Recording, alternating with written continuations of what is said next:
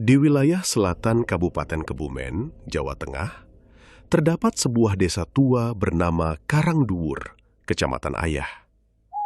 Letaknya tidak terlalu jauh dari pesisir selatan. Di belakang rumah-rumah penduduk terbentang kebun kelapa, ladang, dan sebuah pemakaman lama yang dipenuhi pohon besar.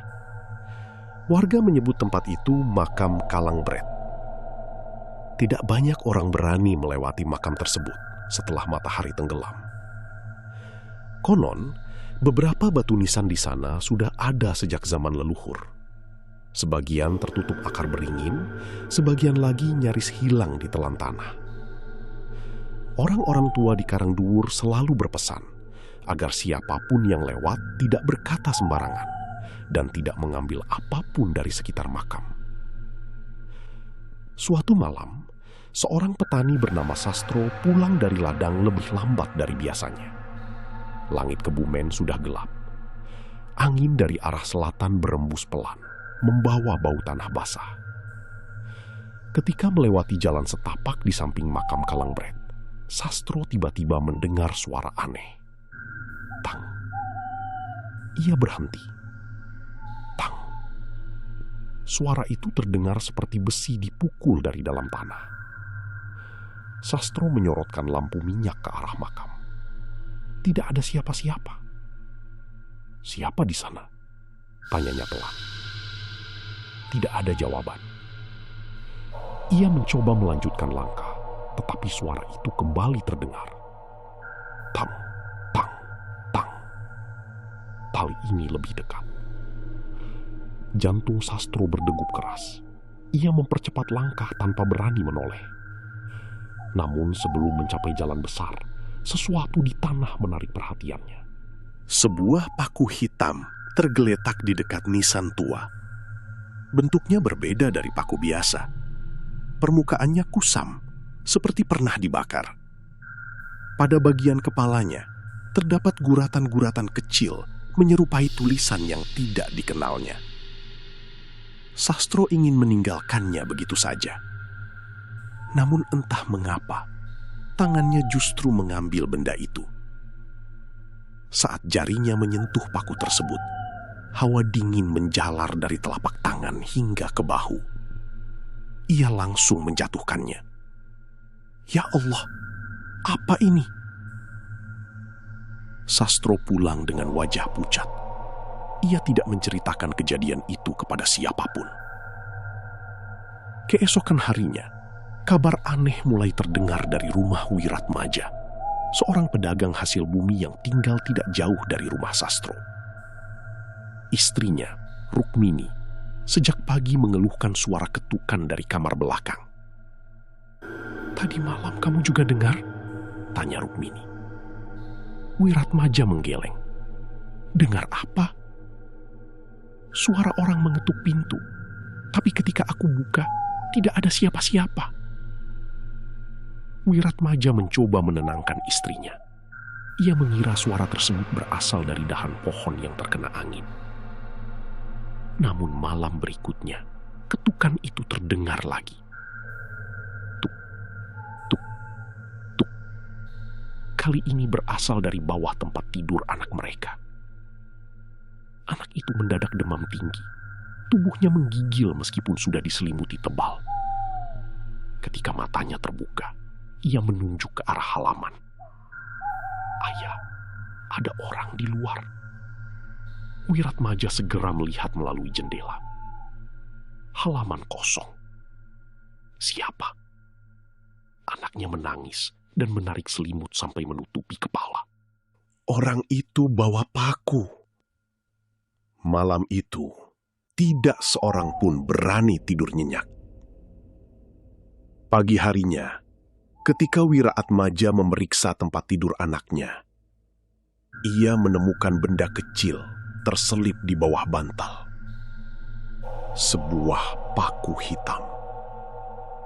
Persis seperti yang ditemukan Sastro di dekat makam Kalangbret.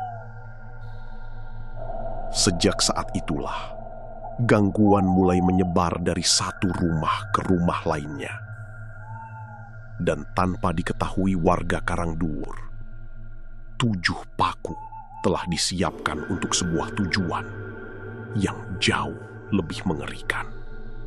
Dalam waktu 2 pekan, ketakutan mulai menyelimuti Karangduwur. Bukan hanya rumah Wiratmaja yang mengalami kejadian aneh. 6 keluarga lain menemukan benda yang sama, yaitu paku hitam dengan guratan asing pada bagian kepalanya. Paku pertama ditemukan di bawah dipan milik keluarga Sastro. Paku kedua muncul di tiang dapur rumah seorang warga bernama Marto. Paku ketiga ditemukan di dalam kendi air. Paku keempat tertanam di tanah kebun. Paku kelima ditemukan di dekat kandang kambing. Paku keenam jatuh dari sela-sela genting rumah seorang janda tua bernama Raras. Sedangkan paku ketujuh ditemukan kembali di rumah Wiratmaja, tepat di bawah bantal anaknya. Tidak ada seorang pun yang tahu bagaimana benda-benda itu bisa masuk ke rumah. Yang lebih menakutkan, setiap keluarga mulai mengalami gangguan berbeda. Sastro sering terbangun tengah malam karena mendengar suara seseorang berjalan mengelilingi rumah. Marto mendengar suara perempuan menangis dari dapur. Di rumah Raras, pintu belakang selalu terbuka sendiri meskipun sudah dikunci berulang kali. Sementara itu, anak Wiratmaja semakin sering mengigau. "Jangan ditanam, jangan ditanam," bisiknya suatu malam. Rukmini memeluk tubuh anaknya. "Siapa yang mau menanam sesuatu, nak?" Anak itu membuka mata perlahan. Tatapannya kosong. "Orang di makam." Ucapan tersebut membuat Rukmini langsung menangis. Kabar tentang 7 paku akhirnya sampai kepada para sesepuh desa. Mereka sepakat meminta bantuan seorang kiai sepuh yang tinggal di wilayah Gombong Kebumen, bernama Kiai Abdul Jalal. Kiai Abdul Jalal datang sore hari. Usianya sudah lebih dari 70 tahun. Wajahnya tenang, tetapi sorot matanya tajam ketika melihat 7 benda tersebut diletakkan di atas kain putih. Ia tidak langsung menyentuhnya. "Siapa yang menemukan semuanya?" tanyanya. Sastro menjawab, "Kami tidak tahu siapa yang mengirim, Kiai. Tapi semuanya muncul di rumah warga." Kiai Abdul Jalal mengamati satu persatu paku itu. "Jangan ada yang membawa benda ini pulang. Jangan pula dibakar." Wiratmaja tampak bingung. "Kenapa, Kiai?" "Karena saya belum yakin benda ini adalah tujuan akhirnya." Ruangan mendadak sunyi. Kiai Abdul Jalal kemudian meminta ke-7 paku disusun berdasarkan urutan rumah tempat benda tersebut ditemukan. Anehnya, setelah disusun, guratan pada masing-masing kepala paku terlihat seperti membentuk satu pola. Kiai mengambil kaca pembesar tua dari sakunya. Ia memperhatikan pola tersebut cukup lama. Kemudian wajahnya berubah. "Ini bukan tulisan biasa." "Apa maksudnya?" tanya Sastro.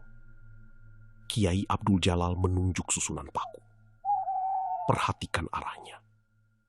Semua orang mendekat. Garis-garis pada benda itu ternyata menyerupai jalan, aliran sungai, dan sebuah lingkaran besar. Sang kiai mengambil selembar kertas dan menggambar ulang pola tersebut. Setelah selesai, tangannya berhenti tepat di satu titik. Lingkaran itu berada di lokasi yang sangat dikenal warga.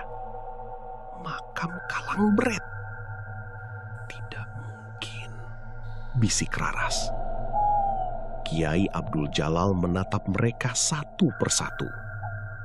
Justru karena tempat itu sudah lama dihindari, seseorang mungkin menggunakannya untuk menyembunyikan sesuatu. Sastro menelan ludah. Apakah ini berkaitan dengan Ki Ganda? Nama itu membuat beberapa warga saling pandang. Ki Ganda adalah seorang dukun tua yang tinggal di daerah pegunungan sebelah utara Kebumen. Namanya selama bertahun-tahun dikenal dalam bisik-bisik warga karena berbagai kejadian ganjil. Kiai Abdul Jalal tidak menjawab langsung. ia kembali menatap 7 paku tersebut. Besok kita cari tahu siapa sebenarnya yang membuat susunan ini. Malam semakin larut. Namun ketika semua orang mulai meninggalkan rumah Wiratmaja, terdengar suara ketukan dari bawah lantai. Tuk. Semua berhenti. Tuk. Kiai Abdul Jalal menatap lantai kayu. Tuk. Tuk. Tuk. Kali ini suara itu terdengar seperti seseorang sedang mengetuk dari dalam tanah. Dan dari sela papan lantai, perlahan muncul ujung sebuah benda hitam. Sebuah paku. Padahal ketujuh paku yang mereka temukan masih berada di atas kain putih. Kiai Abdul Jalal berbisik pelan. Yang ketujuh belum selesai bekerja. Kiai Abdul Jalal tidak membiarkan seorang pun menyentuh paku yang muncul dari sela lantai rumah Wiratmaja. Ia meminta semua warga mundur dan tetap tenang. Paku itu hanya terlihat beberapa saat. Ketika Wiratmaja menyalakan lampu minyak lebih dekat, benda tersebut perlahan masuk kembali ke celah papan, seolah ditarik dari bawah tanah. "Jangan dikejar," ujar Kiai Abdul Jalal. Sastro menatapnya dengan wajah pucat. "Tapi itu bukan 7 paku yang tadi kita kumpulkan, Kiai." "Saya tahu." "Berarti ada yang ke-8?" Kiai Abdul Jalal menggeleng. "Bukan, yang 7 itu sudah menjadi bagian dari sesuatu yang lebih besar. Apa yang muncul tadi mungkin hanya tanda bahwa hubungan antara rumah ini dan makam sudah mulai terbuka." Tidak ada yang berani bertanya lagi. Pagi berikutnya, Kiai Abdul Jalal memutuskan mencari Ki Ganda. Ia tidak ingin langsung mendatangi makam Kalangbret sebelum mengetahui asal-usul 7 benda tersebut.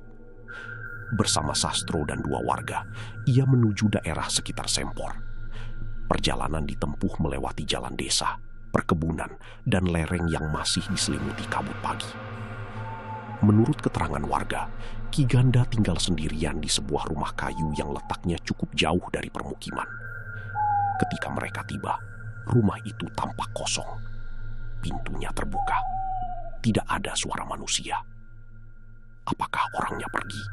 tanya Sastro. Kiai Abdul Jalal mengamati halaman. Sudah lama tidak dihuni. Rumput liar memenuhi teras. Sebuah kendi pecah tergeletak di dekat sumur. Di belakang rumah terdapat pohon nangka tua yang dahannya bergerak meskipun angin hampir tidak terasa. Mereka masuk dengan hati-hati. Di dalam rumah, udara terasa pengap. Beberapa benda lama masih tersusun di rak. Ada kain hitam yang dilipat, mangkuk tanah liat, serta buku-buku dengan sampul yang sudah lapuk. Kiai Abdul Jalal menemukan sebuah meja kecil di kamar belakang. Di atasnya terdapat bekas lilin yang sudah meleleh. "Dia pergi terburu-buru," katanya. Sastro menunjuk lantai. "Kiai, lihat itu." Di bawah meja terdapat sebuah papan kayu yang berbeda warna. Setelah diangkat, tampak ruang sempit berisi tumpukan catatan tua. Kiai Abdul Jalal membacanya satu persatu. Sebagian besar tidak dapat dipahami. Namun, sebuah lembaran membuatnya berhenti cukup lama. Di sana tergambar 7 titik yang dihubungkan garis menuju satu lingkaran. Gambarnya sama dengan pola pada ke-7 paku. Pada bagian bawah terdapat tulisan Jawa kuno yang kemudian dibaca perlahan oleh sang kiai. "Yang 7 bukan korban," ucapnya. Sastro menatapnya. "Lalu apa?" "Penunjuk jalan." Kiai Abdul Jalal membalik lembaran itu. Ada kalimat lain yang membuat suasana semakin berat. "Jangan buka makam ketika bulan belum berganti." Sastro langsung merinding. Bukankah malam ini tepat sebelum pergantian bulan? Kiai Abdul Jalal terdiam. Mereka belum sempat meninggalkan rumah ketika terdengar suara dari kamar depan. "Tok, tok." Tok. Semua membeku. Sastro berbisik. Ada orang? Tidak ada jawaban. Kiai Abdul Jalal mengambil lampu minyak dan berjalan perlahan menuju sumber suara. Pintu kamar bergerak sendiri. Di baliknya, hanya ada ruangan kosong. Namun pada dinding, terdapat sesuatu yang baru mereka sadari. Sebuah gambar makam Kalangbret. Di bawah gambar itu, tertulis nama yang membuat Sastro tercekat. Ganda Wisesa. Kiai Abdul Jalal mengusap tulisan tersebut. Dia memang pernah melakukan sesuatu di sana. Tiba-tiba, dari belakang rumah terdengar suara langkah kaki. Satu langkah. Berhenti. Kemudian, 2 langkah lagi. Sastro menoleh cepat. Di luar jendela, sekilas tampak bayangan seorang lelaki berdiri di bawah pohon nangka. "Saya melihat orang," serunya. Ketika mereka keluar, tidak ada siapapun. Hanya tanah basah dengan jejak kaki yang mengarah menjauh dari rumah. Anehnya, jejak tersebut berhenti tepat di pinggir jalan. Kiai Abdul Jalal menatap arah selatan. Dia tidak pergi ke gunung. "Lalu kemana?" Sang kiai menjawab dengan suara rendah. "Ke Karangduwur." Mereka akhirnya memahami sesuatu yang mengerikan. Ki Ganda mungkin masih hidup. Dan jika benar demikian, orang itu kemungkinan sedang kembali menuju makam Kalangbret untuk menyelesaikan ritual yang telah dimulainya bertahun-tahun lalu. Malam itu, Kiai Abdul Jalal kembali ke Karangduwur bersama Sastro dan beberapa warga yang dipercaya.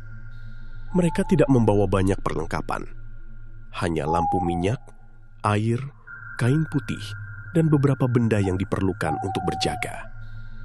Tujuan mereka satu, memastikan apa yang sebenarnya tersembunyi di bawah makam Kalangbret. Langit Kebumen terlihat gelap. Awan menutup bulan, sementara angin dari arah selatan bergerak pelan melewati pepohonan. Ketika rombongan memasuki jalan setapak menuju makam, suara serangga malam perlahan menghilang. Sastro berjalan paling belakang. "Kiai," bisiknya. "Kenapa? Sejak tadi saya merasa seperti ada yang mengikuti." Kiai Abdul Jalal tidak menoleh. "Jangan melihat ke belakang, terus berjalan." Sastro menelan ludah dan mengikuti pesan itu. Sesampainya di kompleks pemakaman, mereka berhenti di depan sebuah nisan tua yang berbeda dari lainnya. Batu nisannya lebih besar, retak di bagian tengah, dan sebagian permukaannya tertutup lumut. Kiai Abdul Jalal mengeluarkan catatan yang ditemukan di rumah Ki Ganda. "Menurut gambar ini, tempat ritual berada di bawah makam." Sastro memandang tanah di sekeliling nisan. "Kalau memang ada ruang di bawah sini, bagaimana kita membukanya? Cari batu yang berbeda." Beberapa warga mulai membersihkan tanah dengan hati-hati. Setelah beberapa menit, cangkul salah seorang dari mereka membentur benda keras. Tuk, mereka berhenti. Tanah disingkirkan sedikit demi sedikit hingga terlihat sebuah batu persegi. Kiai Abdul Jalal membaca doa sebelum meminta warga mengangkatnya. Ketika batu itu berhasil digeser, muncul lubang gelap dengan tangga batu menuju ke bawah. Udara dingin langsung menyembur keluar. Sastro mundur 1 langkah. Baunya seperti tanah kuburan. Kiai Abdul Jalal mengangguk. "Jangan takut, tetap dekat dengan saya." Mereka turun perlahan. Tangga itu sempit dan licin. Semakin dalam, udara terasa semakin dingin. Dindingnya terbuat dari batu tua yang dipenuhi lumut. Setelah sekitar belasan anak tangga, mereka tiba di sebuah ruangan. Semua orang terdiam. Di tengah ruangan terdapat lingkaran besar yang dibuat dari abu. Di sekelilingnya ada 7 lubang kecil pada lantai batu. 6 lubang berisi benda hitam. Kiai Abdul Jalal mendekat. Ia langsung mengenali bentuknya. Paku. 6 paku telah tertancap di tempat tersebut. Sastro berbisik. Berarti 7 paku itu memang untuk ruangan ini. Benar. Kiai Abdul Jalal memeriksa lubang ke-7. Kosong. Namun tanah di dalamnya masih basah. Ritualnya belum selesai. Di dinding belakang terdapat ukiran seorang manusia yang sedang menancapkan benda tajam ke tanah. Di bawah gambar itu terdapat tulisan kuno. Kiai Abdul Jalal membacanya perlahan. Ketika 7 penjuru lengkap, pintu akan terbuka. Salah seorang warga bertanya, "Pintu apa, Kiai?" Sang Kiai tidak langsung menjawab. Ia memperhatikan bagian tengah lingkaran abu. Ada bekas telapak kaki di sana. Masih baru. Padahal ruangan itu seharusnya telah lama ditinggalkan. Sastro mendadak menunjuk lorong di belakang mereka. "Kiai!" Semua menoleh. Di ujung tangga terlihat bayangan seseorang. Seorang lelaki berdiri diam. Wajahnya tidak terlihat karena tertutup gelap. Kiai Abdul Jalal menggenggam tasbihnya. "Siapa?" Bayangan itu tidak menjawab. Kemudian terdengar suara rendah dari arah tangga. "Jangan ganggu apa yang sudah dimulai." Sastro mengenali suara tersebut. Itu Ki Ganda. Bayangan itu perlahan mundur. Sastro hendak mengejar, tetapi Kiai Abdul Jalal menahannya. "Jangan." Mereka mendengar langkah kaki berlari menjauh. Namun ketika beberapa warga mencoba naik, lorong itu tiba-tiba terasa jauh lebih panjang daripada sebelumnya. Kiai Abdul Jalal kembali menatap 6 paku di lantai. Kemudian ia menyadari sesuatu. Dia tidak membutuhkan paku ke-7 untuk membuka makam. Sastro menatap bingung. Lalu untuk apa? Kiai Abdul Jalal memandang lubang kosong di tengah ruangan. Paku terakhir akan digunakan untuk mengikat seseorang. Tiba-tiba dari atas terdengar suara benda jatuh. Brak! Lalu suara langkah berlari. Kemudian sunyi. Kiai Abdul Jalal menatap ke arah tangga. "Cepat naik." Mereka bergegas keluar. Tetapi ketika sampai di permukaan, ke-7 paku yang sebelumnya disimpan di rumah Wira Atmaja sudah tidak ada. Dan di atas tanah dekat nisan tua, terdapat satu benda hitam yang baru saja ditancapkan. Paku ke-7. Paku ke-7 berdiri tegak di atas tanah, tepat di depan nisan tua makam Kalangbret. Tidak ada seorang pun yang berani mendekatinya. Permukaannya tampak basah, meskipun malam itu tidak turun hujan. Kiai Abdul Jalal berdiri beberapa langkah dari benda tersebut, sambil memegang tasbih. "Jangan ada yang menyentuhnya," pesannya. Sastro menatap ke arah jalan setapak. Tapi bagaimana paku itu bisa berpindah dari rumah Wira Atmaja ke sini? Kiai Abdul Jalal menggeleng pelan. Itu bukan berpindah sendiri. Ada seseorang yang mengambilnya. Semua warga saling pandang. Berarti Ki Ganda benar-benar berada di sekitar makam. Mereka memutuskan kembali ke desa sebelum keadaan semakin berbahaya. Namun, baru beberapa langkah meninggalkan makam, Raras tiba-tiba berhenti. "Kiai, dengarkan." Semua terdiam. Dari arah makam terdengar suara perempuan menangis. Pelan, jauh, kemudian semakin jelas. "Jangan tinggalkan aku." Sastro langsung merinding. Suara siapa itu? Kiai Abdul Jalal tidak menjawab. Ia justru meminta semua orang tetap berjalan. Jangan ditanggapi. Tangisan tersebut mendadak berubah menjadi suara tertawa kecil. Lalu terdengar suara paku dipukul. Tang! Semua orang menoleh. Tang! Suara ketiga membuat tanah di bawah kaki mereka seperti bergetar. Tang! Kiai Abdul Jalal memejamkan mata sejenak. Dia sudah mulai. Sesampainya di rumah Wiratmaja, mereka mendapati Rukmini berdiri di depan pintu dengan wajah pucat. "Anak saya hilang," katanya. Wiratmaja yang baru tiba dari rumah tetangga langsung berlari masuk. "Bagaimana bisa?" Rukmini menangis. "Tadi dia tidur, saya hanya keluar sebentar mengambil air." Ketika kembali, tempat tidurnya kosong. Kiai Abdul Jalal segera masuk ke kamar. Jendela tertutup. Pintu juga tidak rusak. Namun di lantai terdapat bekas tanah basah yang membentuk jejak kaki kecil. Jejak tersebut menuju dinding belakang. Kiai Abdul Jalal menyentuh permukaan tembok. Di sini, Wiratmaja bingung.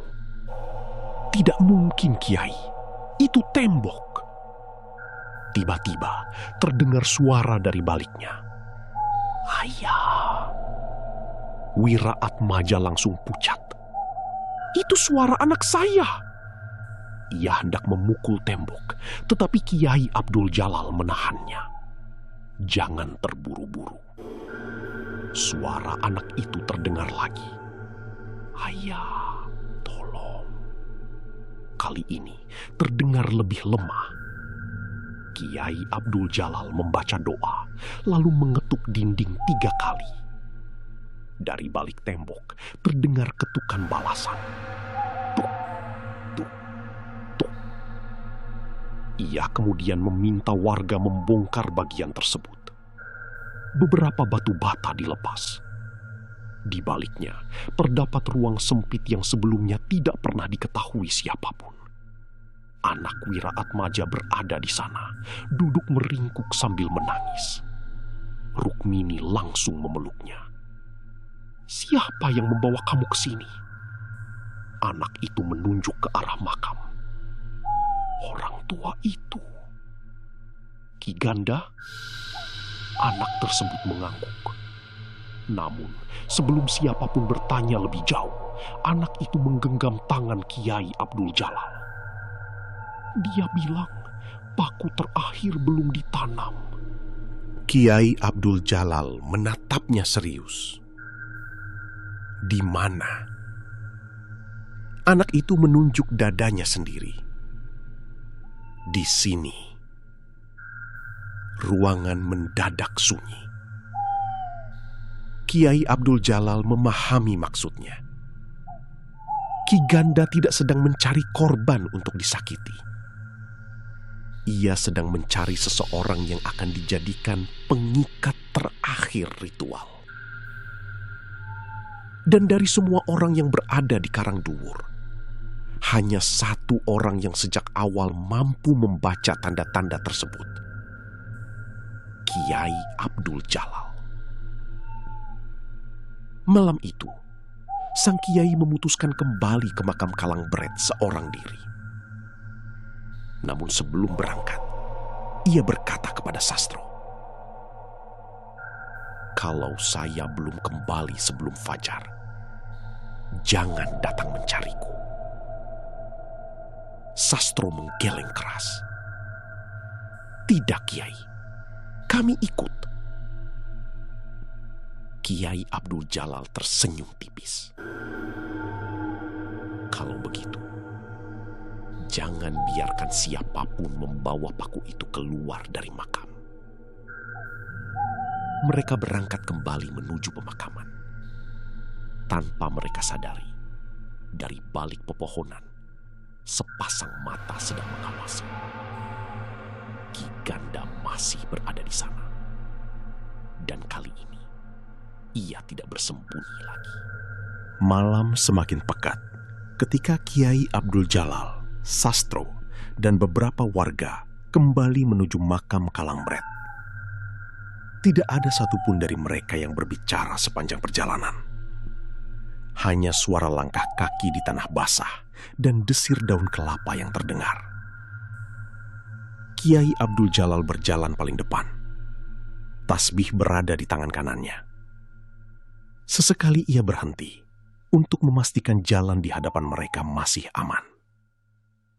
Sastro yang berada di belakangnya terus melihat ke kanan dan kiri. Sejak meninggalkan rumah Wiratmaja, ia merasa ada sesuatu yang mengikuti. Bukan suara langkah, bukan pula bayangan manusia, melainkan perasaan seperti sedang diawasi dari tempat yang sangat dekat. Ketika mereka hampir sampai di kompleks pemakaman, Sastro tiba-tiba melihat sosok berdiri di antara dua pohon beringin. Kiai Abdul Jalal berhenti. Jangan bicara keras. Itu ada orang. Sang Kiai menoleh. Sosok tersebut tidak bergerak. Tubuhnya tinggi dan kurus. Ia mengenakan pakaian gelap. Wajahnya tertutup bayangan dedaunan. Kiai Abdul Jalal melangkah maju. Ganda Wisesa. Sosok itu akhirnya bergerak. Ia keluar dari balik pohon. Benar, lelaki tua yang selama ini mereka cari berdiri di hadapan mereka. Rambutnya sudah memutih, wajahnya kurus, dan matanya terlihat sangat lelah. Tidak ada senyum atau kemarahan di wajahnya. Ia hanya menatap Kiai Abdul Jalal. Seharusnya kau tidak datang, Abdul Jalal. Sastro mengepalkan tangan. Kenapa kau melakukan semua ini? Ki Ganda tidak menjawab. Tatapannya justru berpindah kepada Kiai Abdul Jalal. Kau membaca catatanku. Sudah.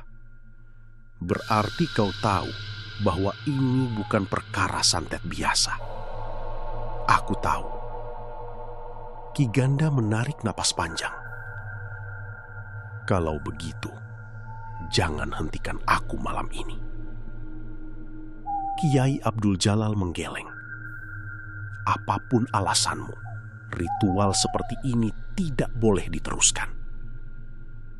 Wajah Ki Ganda berubah. Dulu aku juga berpikir begitu. Ia menatap nisan tua di belakang mereka.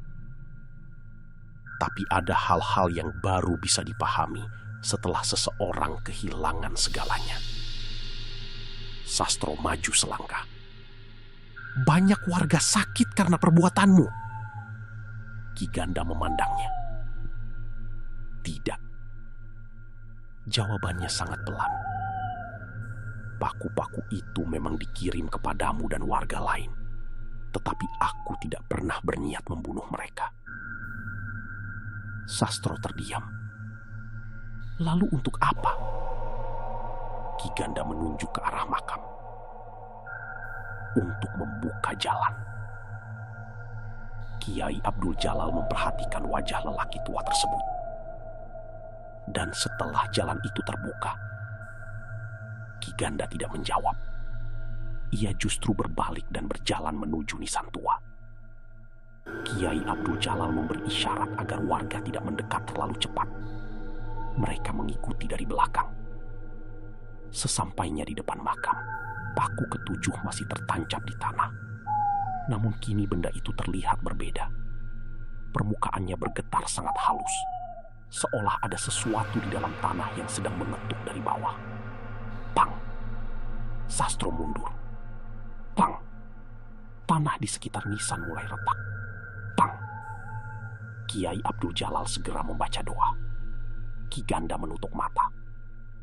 Sudah waktunya. Kiai Abdul Jalal memegang lengannya. Ganda, hentikan. Ki Ganda menepis tangan tersebut. Kau tidak mengerti. Aku mengerti lebih banyak daripada yang kau kira. Ki Ganda menatapnya tajam. Kalau begitu, katakan apa yang ada di bawah makam ini. Kiai Abdul Jalal terdiam. Ki Ganda tertawa kecil. Tidak tahu bukan? Sang kiai memandang nisan tua itu. Aku tahu ada ruang bawah tanah. Bukan hanya ruang. Ki Ganda menunjuk tanah. Di bawah sana ada sesuatu yang selama puluhan tahun dijaga oleh ketakutan. Kiai Abdul Jalal tidak menjawab. Ki Ganda kemudian menceritakan apa yang sebenarnya terjadi. Bertahun-tahun sebelumnya, ketika masih muda, ia pernah menemukan catatan milik seorang pertapa tua yang tinggal di wilayah Pegunungan Serayu. Catatan tersebut menyebut sebuah tempat di selatan Kebumen yang digunakan sebagai lokasi sumpah rahasia. Tempat itu adalah makam Kalangbret. Menurut catatan tersebut, dahulu pernah terjadi perselisihan besar antara beberapa orang yang menguasai tanah di wilayah itu. Mereka membuat sumpah untuk menyembunyikan sesuatu yang dianggap terlalu berbahaya jika ditemukan. Mereka menutup ruang bawah tanah dan membuat 7 tanda di sekelilingnya. 7 paku digunakan sebagai penanda. Namun setelah generasi berganti, kisah tersebut berubah menjadi cerita tentang makam angker. Ki Ganda menemukan catatan itu bertahun-tahun kemudian. Ia mencoba membuka ruang tersebut. Tetapi percobaan pertamanya gagal. Ia hanya berhasil menemukan terowongan dan sebagian ruangan bawah tanah. Aku tahu 6 paku harus ditempatkan lebih dahulu, katanya. Lalu mengapa dikirim ke rumah warga? Tanya Sastro. Ki Ganda menatapnya. Karena 6 rumah itu berada tepat di jalur yang menghubungkan makam dengan permukiman. Kiai Abdul Jalal langsung memahami maksudnya. Jadi warga hanya dijadikan penanda? Ya. Tetapi mereka mengalami sakit. Ki Ganda menunduk. Aku tidak menginginkan itu. Namun kau tetap melakukannya. Ki Ganda terdiam. Untuk beberapa saat hanya suara angin yang terdengar. Kemudian ia berkata, "Aku melakukan kesalahan." Kiai Abdul Jalal menatapnya lama.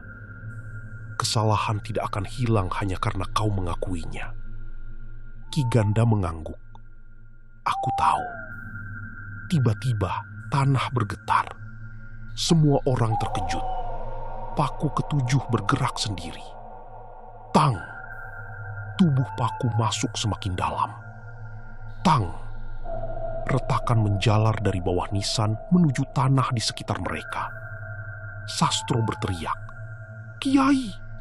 Semua mundur!" Mereka bergerak menjauh. Tetapi Ki Ganda tetap berdiri di tempatnya. Kita terlambat. Kiai Abdul Jalal menatapnya. Apa maksudmu? Paku ketujuh sudah mulai mengikat. Mengikat apa? Ki Ganda memandang sang kiai. Orang yang ditunggu. Wajah Kiai Abdul Jalal berubah. Ia teringat ucapan anak Wiraatmaja. Dia bilang paku terakhir belum ditanam. Di sini, Kiai Abdul Jalal perlahan melihat dirinya sendiri. Kemudian ia memahami sesuatu.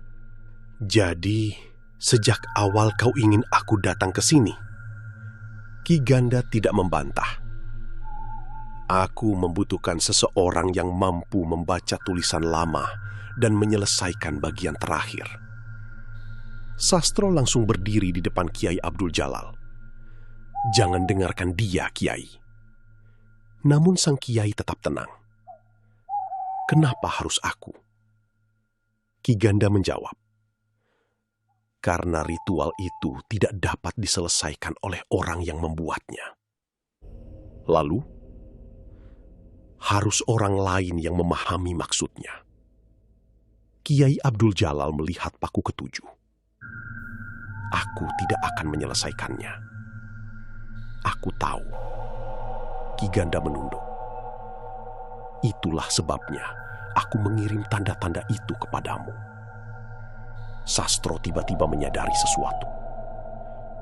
Jadi, semua kejadian di rumah warga sengaja dibuat agar Kiai datang? Ki Ganda mengangguk. Tetapi aku tidak menyangka anak Wiratmaja ikut terseret. Kiai Abdul Jalal menatapnya tajam. Cukup. Suara sang kiai membuat suasana berubah. Ia mengambil tasbih dan berdiri di depan makam. Aku tidak akan membiarkan ritual ini diteruskan.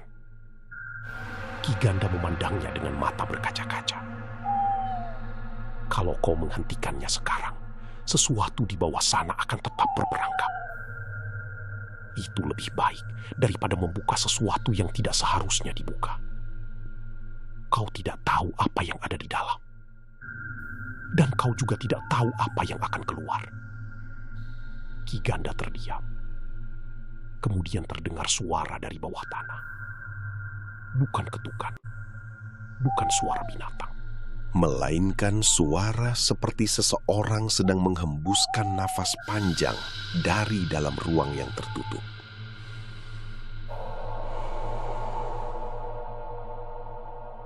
Sastro langsung merinding. Salah seorang warga berbisik, "Kiai, itu suara apa?" Kiai Abdul Jalal menjawab pelan, "Jangan cari tahu." Tetapi rasa penasaran sudah menguasai sebagian dari mereka. Paku ketujuh tiba-tiba terangkat beberapa sentimeter. Tanah di bawahnya mengeluarkan asap tipis. Ki Ganda langsung berlari menuju makam. "Jangan!" Kiai Abdul Jalal mencoba menghentikannya. Ki Ganda berlutut dan memegang tanah. "Belum." Ia mengusap wajahnya. "Belum waktunya." Sastro menatapnya bingung. "Tadi kau ingin ritual ini selesai. Sekarang kau malah takut." Ki Ganda tidak menjawab. Ia memandang retakan di tanah dengan wajah penuh ketakutan. Ada yang berubah. Kiai Abdul Jalal mendekat. "Apa?" Ki Ganda menunjuk salah satu retakan.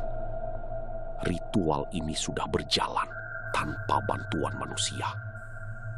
Mereka semua terdiam. Kiai Abdul Jalal segera memerintahkan warga mundur dari makam. Namun sebelum mereka sempat bergerak jauh, tanah di depan nisan tiba-tiba amblas. Sebagian makam runtuh. Lubang besar terbuka. Dari dalamnya terlihat tangga batu menuju ruang bawah tanah. Udara dingin menyembur keluar. Dan dari dasar tangga terdengar suara seorang perempuan menangis. Pelan. Sangat pelan. "Jangan tinggalkan aku." Raras yang ikut bersama rombongan langsung menutup mulutnya. Itu suara yang selama ini saya dengar di rumah. Kiai Abdul Jalal memandang Ki Ganda. "Siapa yang ada di bawah?" Ki Ganda pucat. "Aku tidak tahu." "Jangan bohong." "Aku sungguh tidak tahu." Kiai Abdul Jalal akhirnya mengambil keputusan. "Kita turun." Sastro terkejut. "Kiai, kalau ruang itu sudah terbuka, kita harus memastikan tidak ada siapapun yang menjadi korban." Ki Ganda berdiri. "Aku ikut." Kiai Abdul Jalal menatapnya. "Kalau kau melakukan sesuatu yang mencurigakan, aku akan menghentikanmu." Ki Ganda mengangguk.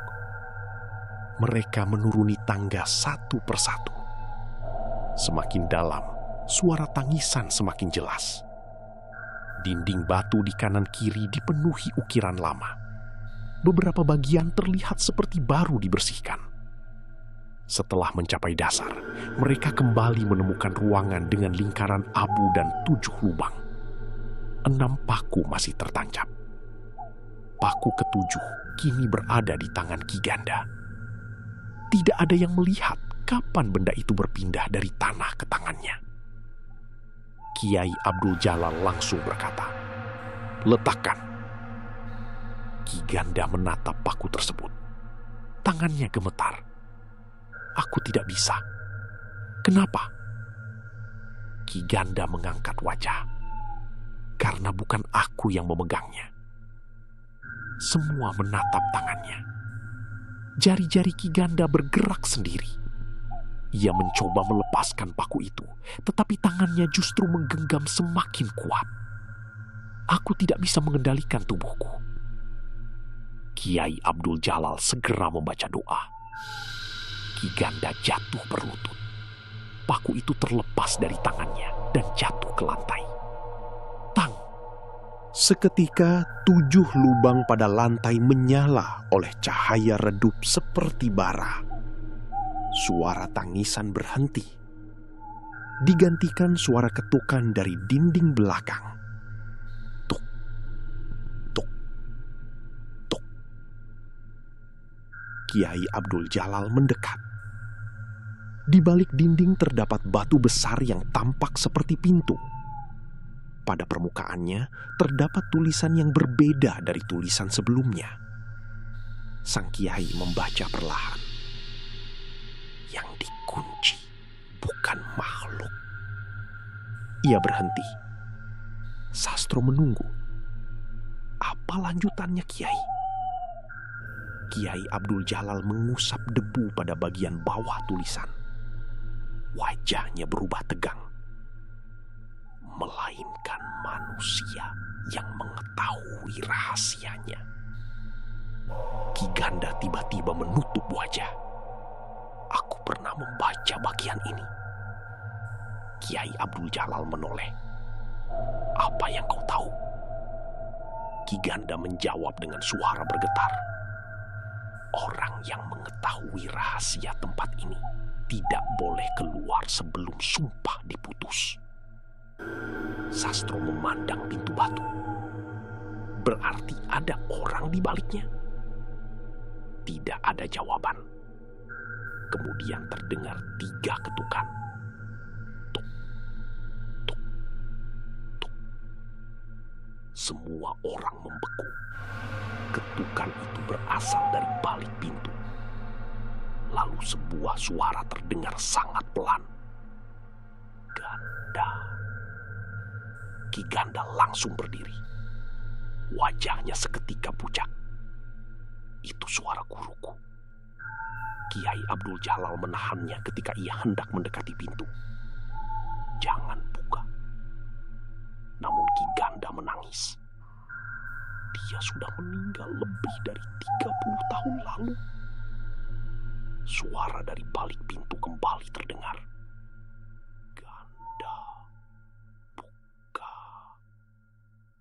Ki Ganda memejamkan mata. Kiai Abdul Jalal semakin yakin bahwa mereka sedang berhadapan dengan sesuatu yang tidak boleh disentuh. Ia melihat ke-6 paku, kemudian melihat paku ke-7 di lantai. "Ganda? Ya? Sekarang aku tahu kenapa kau tidak pernah berhasil menyelesaikan ritual ini." Ki Ganda menatapnya.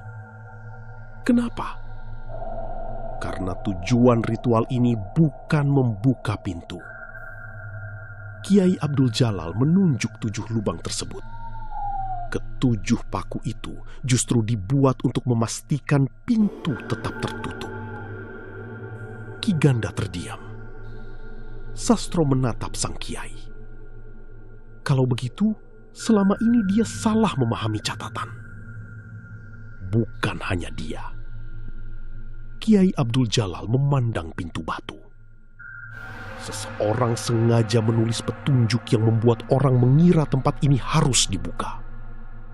Suasana menjadi semakin dingin. Ki Ganda perlahan menyadari sesuatu. Kalau begitu, siapa yang menulis catatan itu? Kiai Abdul Jalal tidak menjawab. Dari balik pintu terdengar suara lain. Kali ini bukan suara gurunya. Suara itu terdengar seperti suara anak kecil. Ayah, Sastro langsung terkejut. Itu suara anak Wiratmaja. Kiai Abdul Jalal menoleh tajam.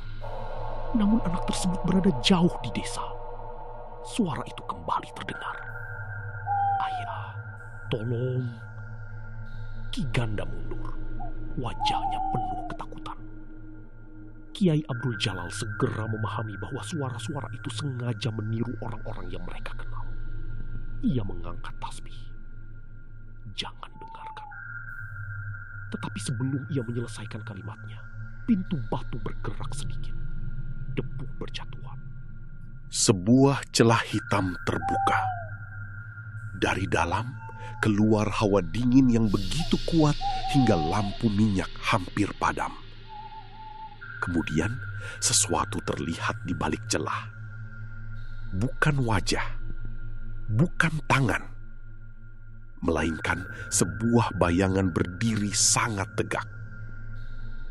Bayangan itu tidak bergerak, hanya menunggu. Kiai Abdul Jalal berdiri di depan semua orang. Jangan ada yang maju. Ki Ganda menggigil. Apa itu? Sang kiai menjawab pelan. Aku tidak tahu. Bayangan di balik pintu kemudian mengangkat tangannya. Satu jari menunjuk langsung kepada Kiai Abdul Jalal. Lalu terdengar suara yang tidak berasal dari manusia. Paku ketujuh belum menemukan tempatnya. Kiai Abdul Jalal menatap benda hitam di lantai. Saat itulah ia sadar. Paku tersebut bukan sekedar kunci. Benda itu memang membutuhkan seseorang. Dan selama ini, seluruh rangkaian kejadian di Karangduwur hanya diarahkan menuju satu tujuan. Membawa Kiai Abdul Jalal ke ruangan tersebut. Sastro berdiri di sampingnya. Kiai, kita harus keluar.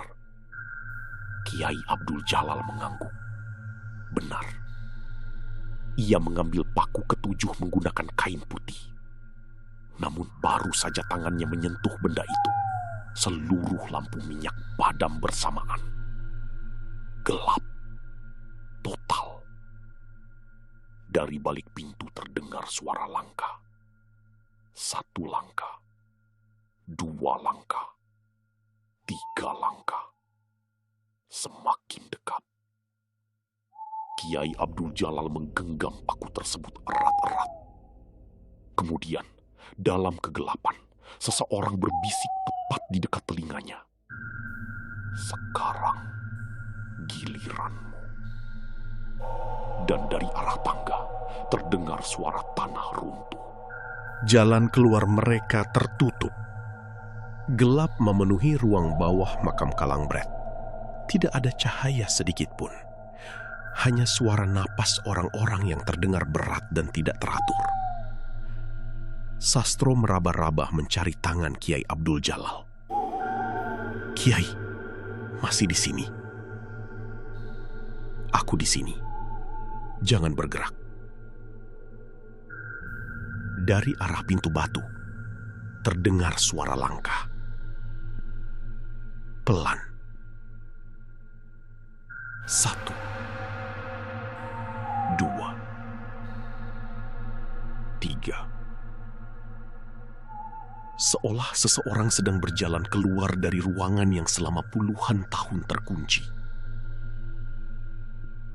Kiai Abdul Jalal menggenggam paku ketujuh yang dibungkus kain putih. Tangannya terasa dingin, tetapi pikirannya tetap tenang. Semua merapat, katanya. Sastro dan warga berkumpul di belakang sang kiai. Ki Ganda masih berlutut. Tubuhnya gemetar. Kiai, katanya lirih. Aku yang membuat semua ini terjadi. Sekarang bukan waktunya menyesal. Aku kira ritual ini bisa membebaskan guruku. Kiai Abdul Jalal menoleh. Gurumu tidak berada di balik pintu itu. Ki Ganda mengangkat wajah. Lalu siapa? Sang kiai menatap celah hitam pada pintu batu. Yang di sana hanya menggunakan suara orang yang kita kenal. Tiba-tiba, suara anak Wiratmaja kembali terdengar. "Ayah." Sastro hampir menjawab, tetapi Kiai Abdul Jalal segera mengangkat tangan. "Jangan." Suara itu berubah menjadi suara perempuan tua. "Ganda." Ki Ganda menutup telinganya. Bukan suara guruku." Kemudian terdengar suara laki-laki tua. "Buka pintunya." Ki Ganda menangis. "Aku hampir tertipu selama bertahun-tahun." Kiai Abdul Jalal mengangkat paku ketujuh. "Ganda, kau tahu apa yang harus dilakukan?" Ki Ganda mengangguk pelan. 7 paku harus kembali pada tempatnya. Dan setelah itu, pintu harus tetap tertutup. Kiai Abdul Jalal menyerahkan paku tersebut kepada Ki Ganda. "Kalau begitu, lakukan." Ki Ganda berjalan menuju lubang ketujuh. Namun baru beberapa langkah, bayangan di balik pintu bergerak. Suara keras menggema. "Jangan!" Ki Ganda berhenti. Untuk sesaat, ia terlihat ragu. Kiai Abdul Jalal berkata tegas, "Jangan dengarkan." Ki Ganda memejamkan mata. Kemudian, ia menancapkan paku ketujuh ke lubang terakhir. Tang! Suara pukulan itu menggema ke seluruh ruangan. 6 paku lainnya bergetar. Pang, pang, pang! Lingkaran abu di lantai tiba-tiba berubah seperti pusaran debu. Angin berputar sangat kuat. Pintu batu bergetar keras. Bayangan di balik celah mengeluarkan suara panjang yang membuat seluruh warga menutup telinga.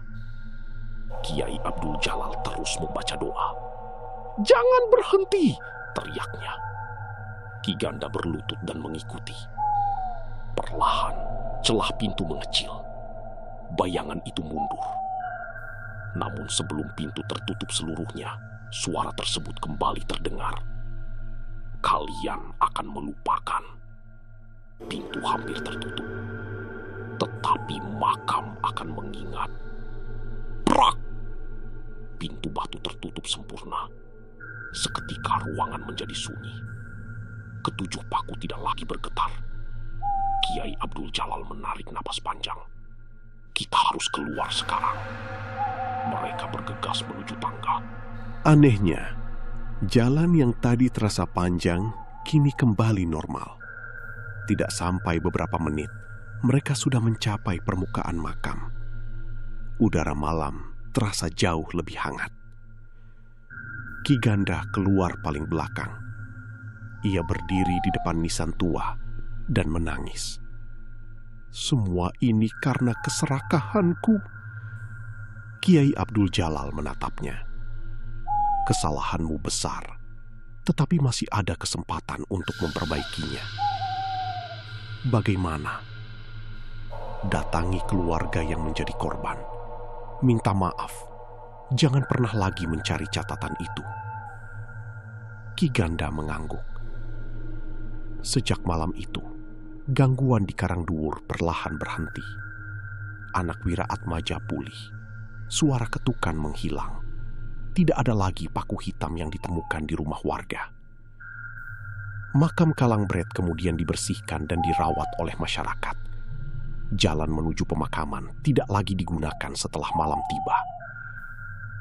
Ki Ganda pergi dari wilayah tersebut beberapa waktu kemudian. Tidak ada yang tahu kemana ia pergi. Sedangkan Kiai Abdul Jalal kembali ke Gombong. Namun sebelum meninggalkan Karangduwur, ia berpesan kepada Sastro.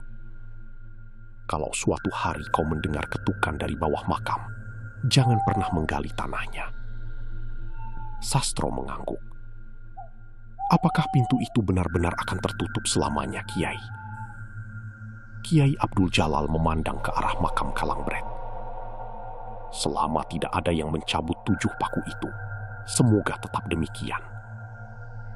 Beberapa bulan berlalu, Karangduwur kembali tenang. Namun suatu pagi, seorang warga menemukan sesuatu di dekat makam. Sebuah batu kecil tergeletak di tanah. Tidak ada yang tahu dari mana asalnya. Pada permukaannya terdapat 7 guratan. Sastro yang melihatnya langsung teringat kejadian malam itu. Ia tidak menyentuh batu tersebut. Ia hanya berjalan pulang dan memberitahu Kiai Abdul Jalal. Sang kiai datang sore harinya. Setelah melihat batu itu, wajahnya berubah serius. Ini bukan bagian dari ritual lama. Sastro menelan ludah. Lalu apa? Kiai Abdul Jalal menatap makam tua itu. Ini tanda baru. Malamnya, dari kejauhan, terdengar suara yang sangat pelan. Tang. Kemudian sunyi. Tang. Kiai Abdul Jalal menutup matanya. Untuk pertama kalinya, sejak malam ritual itu dihentikan, ia merasa ada sesuatu yang masih menunggu di bawah tanah. Bukan untuk keluar, melainkan untuk menunggu seseorang datang dan mencabut paku-paku yang menjaga pintu. Dan sejak saat itu, warga Karangduwur memahami satu hal. Ada rahasia yang memang tidak seharusnya dibuka kembali.